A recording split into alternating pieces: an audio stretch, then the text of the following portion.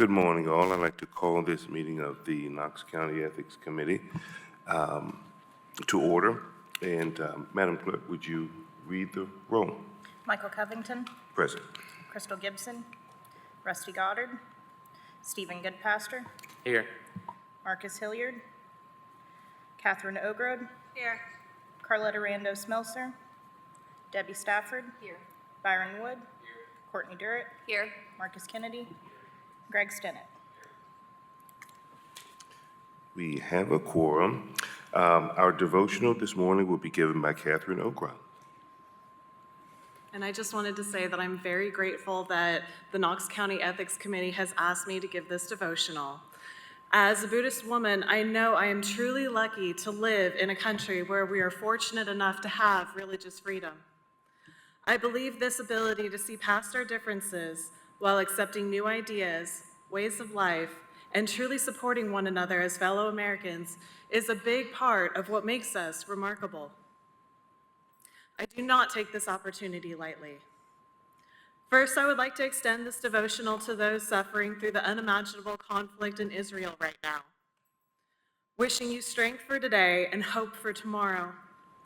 Although no words can take away the sorrow that you bear, may it be comforting to know that others truly care.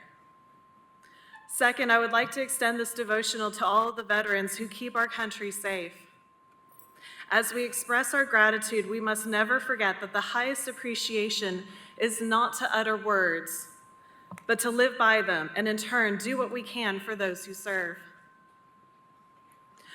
When we pray for the strength to protect others, I believe that we magnetize more divine light into our own lives. It is the universal law. To give is to receive.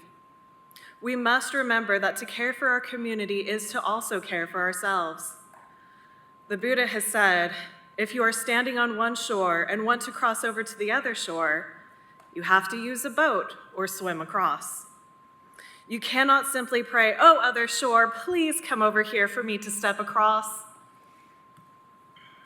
To a Buddhist, praying without also practicing is not a real prayer. This is also why Buddhists call our devotion a practice. Through compassion and wisdom, we hope to gain enlightenment. This is how we can best care for the spark of divinity given to us all. It is said in Buddhism, if there is to be peace in the world, there must be peace in the nations. If there is to be peace in the nations, there must be peace in the cities. If there is to be peace in the cities, there must be peace between neighbors. If there is to be peace between neighbors, there must be peace in the home. If there is to be peace in the home, there must be peace in the heart. There's been a lot of tragedy in this world lately. It is very important for us to remember our bonds of community and connection over fear and anger. We are stronger when united. Let us bow our heads now during this Buddhist prayer for protection and peace.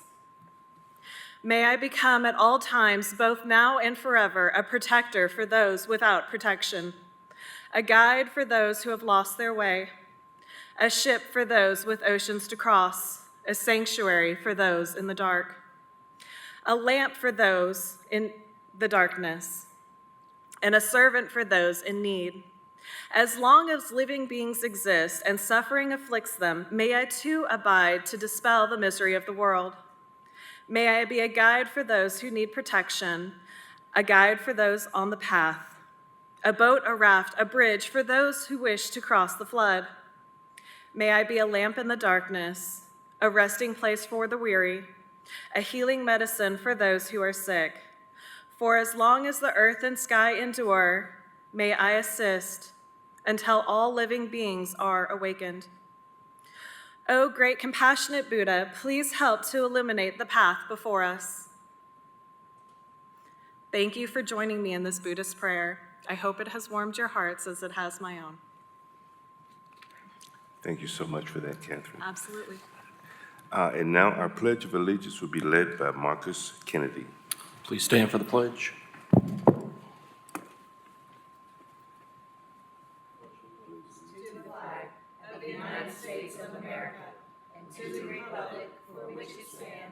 One nation, under God, indivisible, with liberty and justice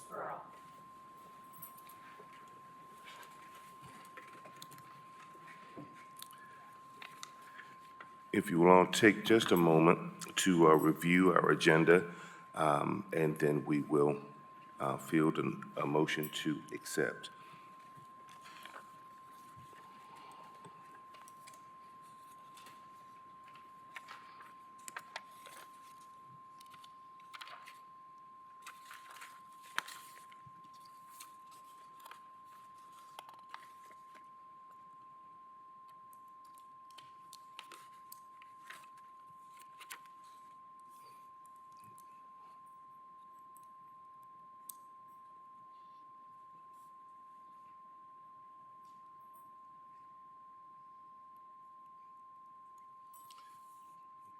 Do we have a motion for the adoption of our agenda? So moved. Thank you, Byron. Second. We have a movement and a second to accept our agenda. All in favor? Aye. All opposed? Okay. All right, and you've probably also had an opportunity to review our minutes from our previous meeting. Does anyone need a little bit more time with that?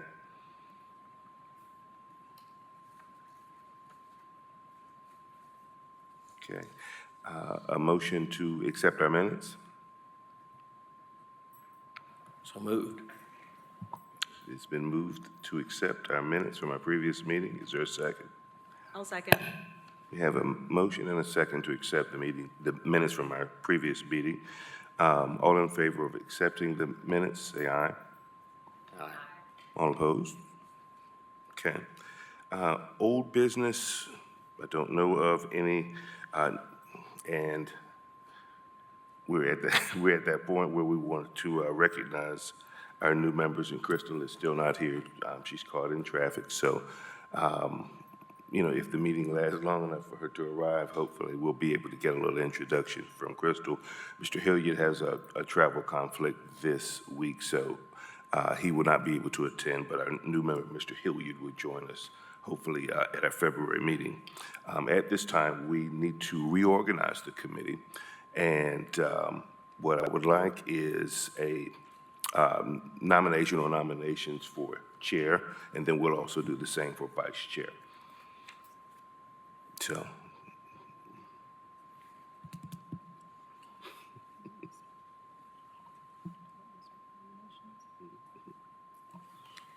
right, Michael Covington, I'm sorry, what are was we it? giving nominations? Yes, we are giving nominations. Okay, you want to start with you? Okay. Okay, well, never mind, just kidding. Just kidding, guys. She got me. I was like, what? Did I nominate myself? Okay. Okay. Let's see here. All right, Crystal's not here, so we'll start with Stephen Goodpaster. Do you have a nomination? Okay, pass.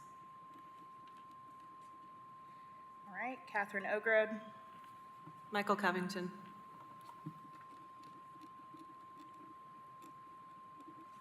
Okay, Carletta Rando Smelser. Catherine. Oh, thank you. Ogrode. Okay. All right, Debbie Stafford. I'll pass. Byron Wood. What'd you say? No new nominations. You wish to pass? Okay.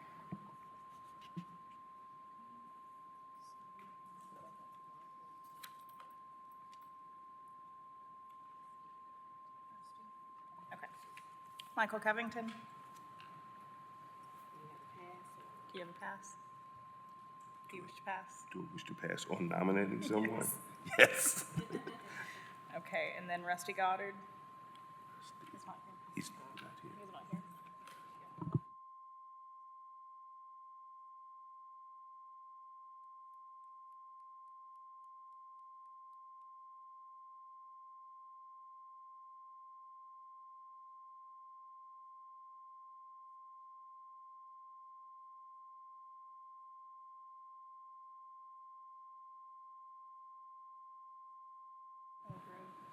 Okay, so we have two nominations.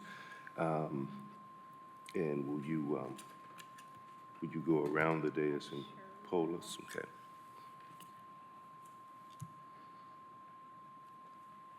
All right, Stephen Goodpaster, I'll vote for Catherine. Catherine Ogrod, Still Michael Covington.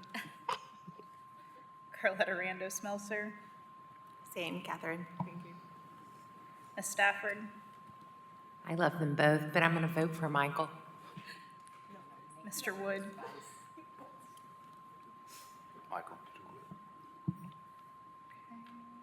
and Mr. Covington.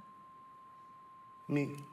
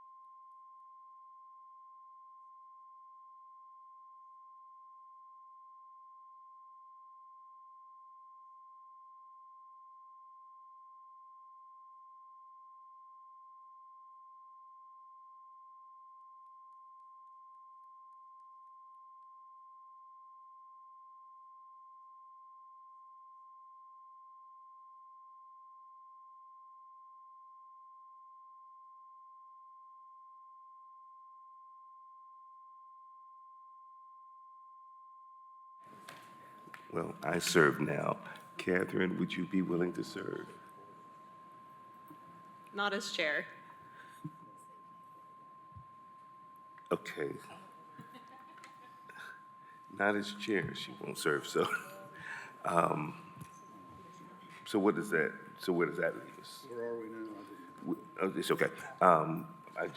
Courtney suggested that we ask if both nominated candidates would serve, and Catherine said she would prefer not to, so. Asking if that's correct, you're correct. Okay, so you are certain, you are certain of that, okay, so she's certain. All right. Our brain trust is working here. So, we need 5. Okay, so we just take another vote. Take another vote. Yeah, let's take another vote. That's what we do on committee.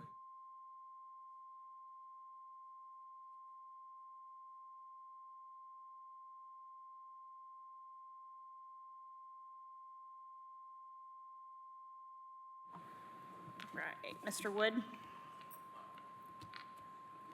Ms. Stafford, Ms. Smelser, Michael. Ms. Ogrod, Michael. and Mr. Goodpaster. Mr. Covington.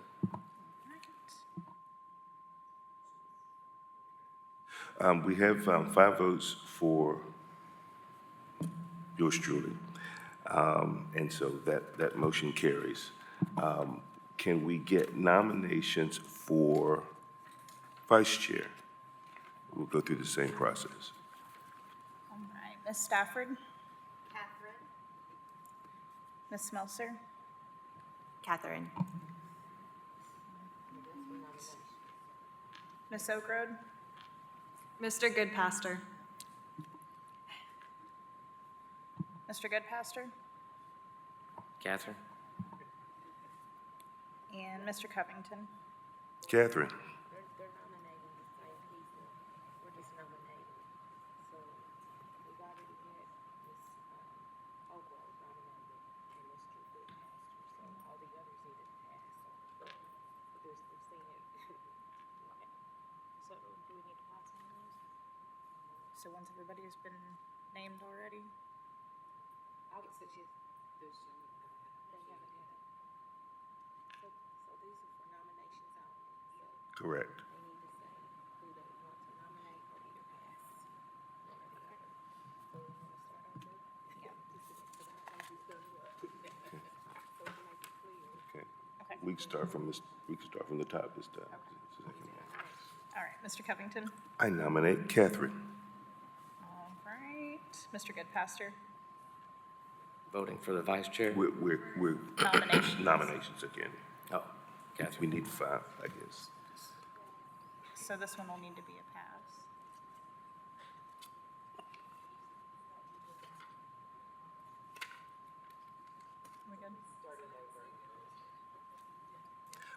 This is a nominating process, correct? So once the person's been nominated, each person will need to pass after that.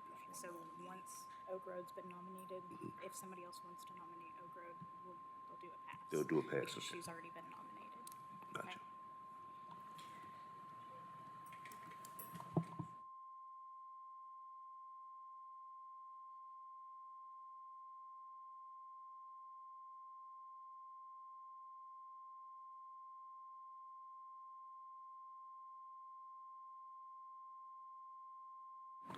I'll pass, please.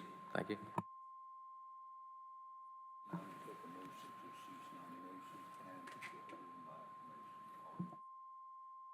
We do still need, because we started over, so we just have one, so we need to go through until we have our other nomination. And if everyone that you get to is nominating Ms. Ogrod, then they just pass? Yes. Okay. So we're going to continue through and allow everyone to place their nomination into the record. If your intention is to nominate Ms. Ogrod, then you can just pass, and then we'll take a motion to accept that nominee by acclamation and move forward. Okay. Next, we have Ms. Oak Road, Mr. Goodpaster. Ms. Smelser, Pass. Ms. Stafford, Pass. and Mr. Wood.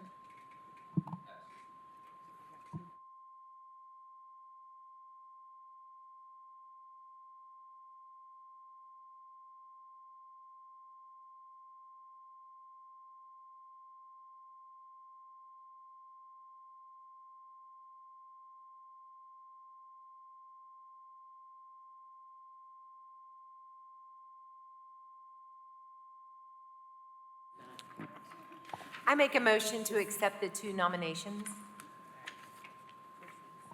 Second. I'll second it. So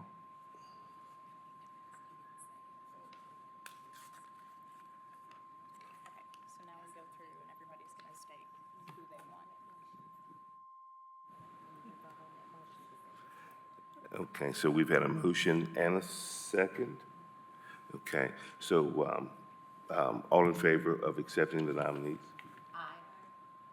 Aye. Aye. Opposed? Okay, so we have our 2 nominees. We'll now go through and take our vote.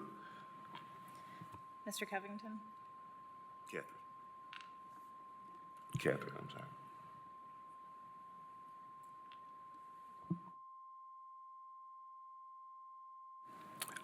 Are all of our nominees willing to serve as vice chair?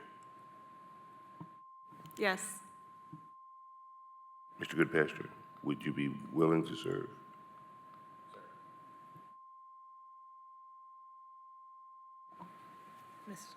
Mr. Covington, you voted Oak Road. And next, Mr. Goodpaster, Catherine. Ms. Oak Road, Mr. Goodpaster. Ms. Smelser, Catherine. Ms. Stafford, Mr. Wood.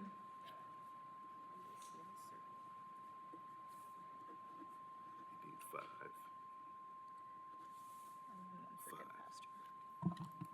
Okay, so we have 5 votes for Ms. Ogrod and 1 for Mr. Goodpaster. So Ms. Ogrod is our new vice chair. Thank you so much for your willingness to serve. Thank you so much, Mr. Goodpaster, for your willingness to serve. And I appreciate the confidence that the committee has shown me as well. And I'm actually kind of stretching it out a little bit. I would really like for you to all meet Crystal. She's a marvelous, marvelous person, and I'm anxious for you to meet Mr. Hilliard as well. And so,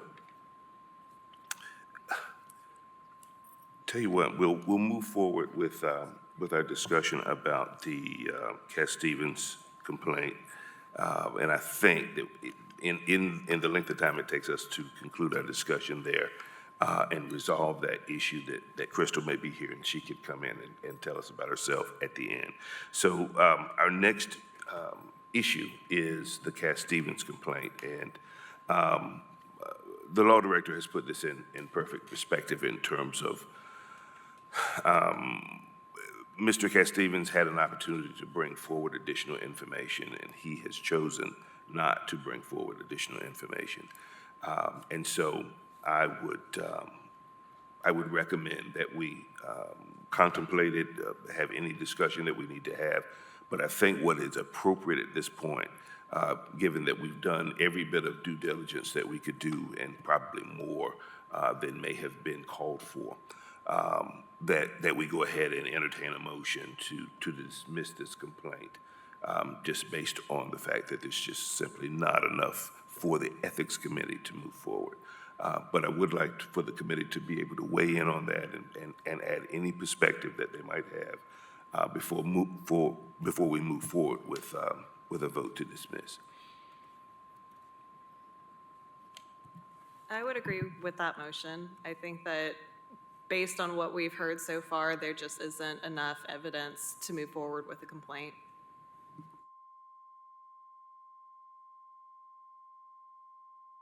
Anyone else? Michael, I'd like to say something. In looking at all the facts, I also agree that there is not any proof that there was any payback for any way that Kyle voted. But I would like to say this has really shown the true colors of some people, and I've heard inklings that Mr. Stevens has faced some kind of retribution for stepping up and stepping out, and I think it's important for every citizen in Knox County to understand that every citizen has a right to bring forth a complaint if they truly feel that there has been an ethical violation. And I just want to say thank you to each of you that we were open and willing to listen to it, because we need more transparency in government. Ms. Stafford, I have a quick question. And when you said that there was maybe some, I don't want to say threat, but the concern for some type of retribution, I heard that from somewhere, and I know that we don't deal with hearsay, but I just totally dismissed that as something that was not plausible. But you heard that, and I'm just curious, and I don't think that it needs to be an issue, but I'm curious as to how something like that would even happen. I don't really feel it's appropriate to go into the great details because it's hearsay. I encouraged the person to come forward that gave me the information. And without their willingness to come forward, I don't want to start accusations and innuendos that aren't true. But I just think it needs to be open eyes for everyone that if a Knox County citizen comes forward with a complaint, they're safe to do so, they're protected to do so, and we're going to respect everyone involved. Thanks so much for that, and that's perfect perspective. The law director has, in a very timely way, put before me the whistleblower protection section of our code, and it is Section 6, and it's whistleblower protection, and I'd like to read that into the record. Section A, elected officials, employees, and appointees are encouraged to report ethical violations via sworn complaint to the Ethics Committee pursuant to the rules of procedure. B, no elected or no official, employee, or appointee shall use or threaten to use any official authority or influence to discourage, restrain, or interfere with any person for the purpose of preventing such persons from acting in good faith to report or otherwise bring to the attention of the Ethics Committee facts relating to an ethics violation. C, no official, employee, or appointee shall use or threaten to use any official authority or influence to effect any action to retaliate against an official, employee, or appointee who reports, initiates a complaint, or otherwise brings to the attention of the Ethics Committee information relating to an ethics investigation or an ethics violation. D, violations of this section may subject the offending person or persons to any and or all of the penalties outlined in Section 7 of this policy. And that's very important, and I really appreciate Mr. Booth, the law director, for putting that before me. And I'll just have to contemplate that, and I think we can all just contemplate that likelihood if that were to ever come up in the future. But thank you so much for that. Any other observations that anyone would like to make? If not, the chair will entertain a motion to dismiss the Michael Cat Stevens complaint as an ongoing investigation of the Ethics Committee. I'd like to make that motion, please, sir. Okay, we have a motion to dismiss the Michael Cat Stevens complaint. Is there a second? Second.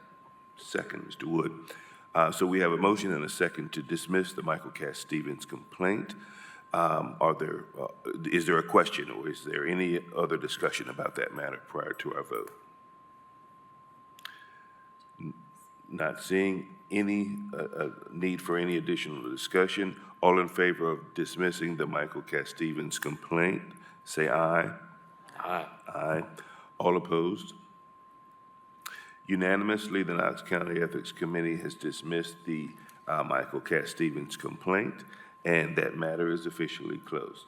Thank you all for your contributions in that regard. Is there any additional information? I've done my best to stretch this for Crystal to get here. I hope she's okay. And so at our next meeting, Mr. Hilliard and Crystal will hopefully be here, and we can meet them and greet them officially at that time. Our next meeting is Wednesday, February 14th, 2024, in the main assembly room at 8:30 a.m. And if there is no additional business to come before the Knox County Ethics Committee, we are officially adjourned. Thank you all.